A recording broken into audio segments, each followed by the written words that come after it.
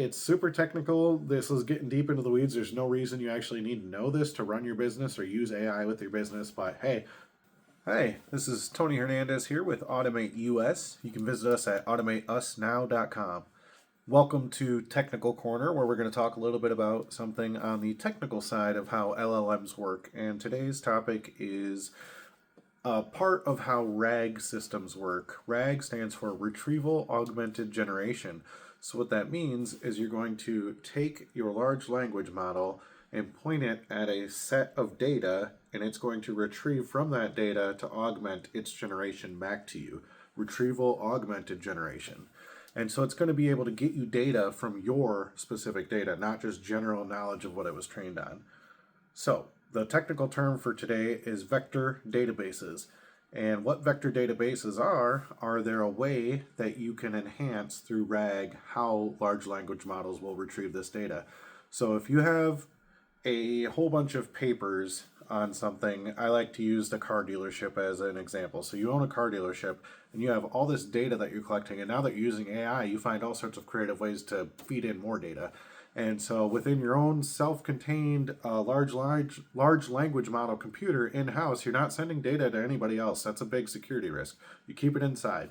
And you can talk to that data. And how it breaks it up is into vector databases. So it'll take chunks of it. You can do chunking in different sizes or whatever. Experiment with that. There's all kinds of stuff on that. But you chunk out the data. Like, let's just say you have raw spreadsheets of what you sold in a month, which person sold what, whatever. It's going to take that data, chunk it into lines, break it up, and then feed it into this thing and create what's called a vector database, an algorithm to change it into a vector database. And what it does is it finds patterns and similarities in how things are related, and then it creates like a 3D map of how those things are connected. Like our little pea brains can't comprehend when you get into the thousands and millions of words how they're all connected, and it like that's how you can visualize it, is how the length of distance between two words is how closely they're connected. So then it'll know, hey, this is related to that if it's really close to it. If it's really far off in the distance, it'll know that it's not too related to it. And then it can take that contextual knowledge of the subject matter that we're looking at